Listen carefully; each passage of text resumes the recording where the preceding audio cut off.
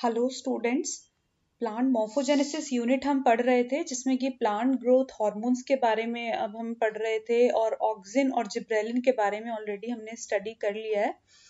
अभी साइटोकाइनिन के बारे में देखते हैं। साइटोकाइनिन के बारे में कुछ बेसिक इन्फॉर्मेशन देखेंगे और उसके बाद उसके क्या फिजियोलॉजिकल इफेक्ट्स होते हैं। तो सबसे पहले देखते हैं साइटोकाइनिन की जो डिस्कवरी हुई थी कि सबसे पहले इसको किसने आइसोलेट किया था। F Skoog, C Miller and उनके कोवर्कर्स थे। इन लोगों ने आइडेंटिफाई किया था, डिस्कवर किया था। कहाँ से किया था? From the DNA of sperm of herring fish. जो हेरिंग फिश के स्पर्म है उसके डीएनए से इसको आइसोलेट किया गया था 1950s के टाइम पे।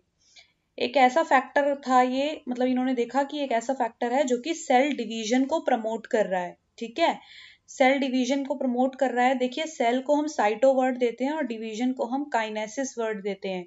यानी कि ये क्या कर रहा है? साइटोकाइनेसिस कर रहा है और इसी वजह से इसका नाम आगे जाके साइटोकाइनिन रखा गया। फर्स्ट जो साइटोकाइनिन डिस्कवर हुआ था उसका नाम था काइनेटिन।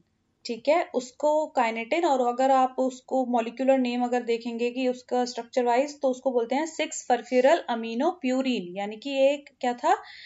अमीनो प्यूरिन, और ये एक एडिनिन डेरिवेटिव था, है ना, एडिनिन से डिराइव हो रहा है। लेकिन अगर आप नेचुरल साइटोकाइनिन की बात करें, ये तो हमारा साइटोकाइनिन हमने कह दिया काइनेटिन जो सबसे पहले डिस्कवर हुआ, लेकिन अगर नेचुरल साइटोकाइनिन कोई पूछता है आपके क्वेश्चन में 1 मार्क में आ जाता है नेचुरल साइटोकाइनिन, तो वो है जियाटिन। और जियाटिन को कहाँ से डिस्कवर किया गया था? जो जियामेज है, यानी कि कॉर्न, मक्का, उसके इमेच्योर कॉर्न ग्रेन से, कर्नल्स से जो बोलते हैं, तो उसमें से इसको आइसोलेट किया गया था और इसको आइडेंटिफाई किया गया था, लीथम ने किया था। और अगर आप आपको ये क्वेश्चन आता है 1 मार्क में कि साइटोकाइनिन टर्म किसने दिया था, तो ये भी आपको पता होना चाहिए कि लिथम ने दिया था। और जो साइटोकाइनिन्स हैं ये रूट के अंदर सिंथेसाइज हो रहे हैं। जैसे कि हमने ऑक्सिन में पढ़ा था, ऑक्सिन में तो क्या हो रहा था? ऑक्सिन का सिंथेसिस शूट टिप में हो रहा था ना, लेकिन साइटोकाइनिन्स का जो सिंथेसिस है ये रूट्स में होता है और फिर ये शूट की तरफ को ट्रांसपोर्ट करते हैं। ये कुछ बेसिक इंफॉर्मेशन थी। फिजियोलॉजिकल इफेक्ट साइटोकाइनिन के कैसे हैं? देखिए, सबसे पहले तो मैंने अभी खुद ही बताया कि सेल डिवीजन है ना, साइटोकाइनेसिस जो हम पढ़ रहे थे, सेल डिवीजन और सेल एनलार्जमेंट, ये उसके दो इंपॉर्टेंट इफेक्ट्स हैं, बायोलॉजिकल इफेक्ट्स। क्या करता है साइटोकाइनिन? सेल डिवीजन को इंड्यूस कराता है और इसको हम टिश्यू कल्चर एक्सपेरिमेंट्स में यूज करते हैं। ठीक है, दूसरी चीज, इंटरफेसिकुलर कैम्बियम के फॉर्मेशन में भी ये इन्वॉल्व होता है। इंटरफेसिकुलर कैम्बियम आगे जाके सेकेंडरी ग्रोथ कराता है ना। सेकेंडरी ग्रोथ के लिए कैम्बियम ही तो रिस्पॉन्सिबल होता है, तो हमने बोला कि इट इंड्यूसेस सेकेंडरी ग्रोथ।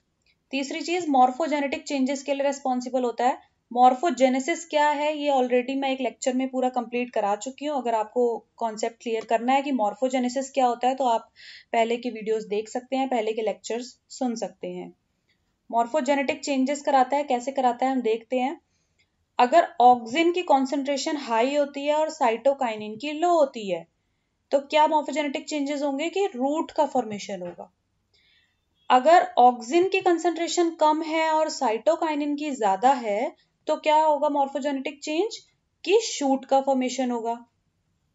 और अगर ऑक्सिन और साइटोकाइनिन दोनों ही इंटरमीडिएट रेशियो में है, मतलब कि सेम रेशियो में, सेम अमाउंट में है, तो कैलस फॉर्मेशन हो जाएगा, ना रूट ना शूट। क्या फॉर्मेशन होगा? कैलस। और कैलस क्या है? कैलस होता है अनडिफरेंशिएटेड मास ऑफ सेल। मतलब सेल्स हैं बहुत सारे, लेकिन वो सब अनडिफरेंशिएटेड है। वो आगे जाके उन्होंने कोई पर्टिकुलर ऑर्गन नहीं बनाई, कोई शूट नहीं बनाई, कोई रूट नहीं बनाई, वो अनडिफरेंशिएटेड बस मास ऑफ सेल है। तो वो फॉर्म होगा अगर ऑक्सिन और साइटोकाइनिन सेम रेशियो में है तो। नेक्स्ट देखिए, साइटोकाइनिन क्या करता है? डोरमेंसी को ब्रेक करता है। जैसे कि जिब्रेलिक एसिड था, हमने अभी लास्ट लेक्चर में पढ़ा है जिब्रेलिक एसिड किस तरीके से डोरमेंसी को ब्रेक करता है, कि वो अल्फा एमाइलेज भी सिक्रीट करेगा जो स्टार्च को हमारा ब्रेक करके शुगर फॉर्म करेगा, जो ग्रोइंग एम्ब्रियो के लिए रिस्पॉन्सिबल होंगे। और दूसरी चीज लाइपेज, प्रोटीएज, ये सारे एंजाइम्स को रिलीज करता है, वो सिंथेसाइज करता है, जिसकी वजह से सीड कोड ब्रेक हो जाता है और जो डोरमेंसी है वो ब्रेक हो जाती है। तो उसी की तरह साइटोकाइनिन भी जो है वो डोरमेंसी ब्रेक करने में हेल्पफुल होता है। बहुत इंपॉर्टेंट चीज जो आपको साइटोकाइनिन के लिए याद रखनी है वो है रिचमंड लैंग इफेक्ट। ये क्या होता है ये आप देखते हैं।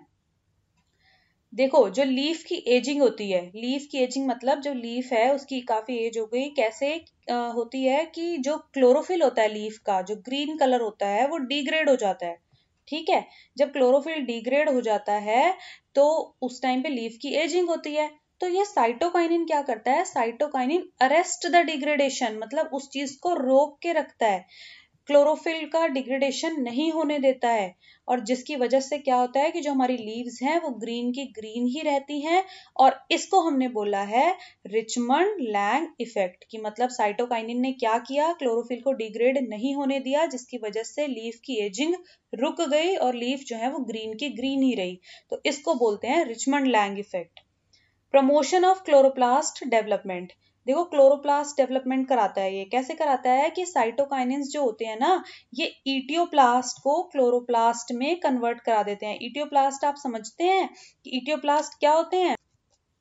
ईटियोप्लास्ट देखिए क्या होते हैं, ईटियोप्लास्ट वो क्लोरोप्लास्ट होते हैं जिसको कि लाइट नहीं मिली होती, या फिर हम ऐसा कह सकते हैं कि जब फ्लावरिंग प्लांट्स हैं अगर वो डार्क में ग्रो कर रहे हैं, डार्क है, वहां पर लाइट नहीं है, तो उस केस में क्या होता है कि जो क्लोरोप्लास्ट है वो ईटियोप्लास्ट में कन्वर्ट हो जाता है। मतलब डार्कनेस होती है तो लाइट नहीं होती, तो क्लोरोप्लास्ट जो है वो ईटियोप्लास्ट में कन्वर्ट हो जाएगा। मतलब क्या है कि उसमें एक्टिव पिगमेंट नहीं रहता है, एक्टिव पिगमेंट मतलब क्लोरोफिल नहीं रहता है, और वैसे हम उसको ल्यूकोप्लास्ट भी बोल सकते हैं एक तरीके से।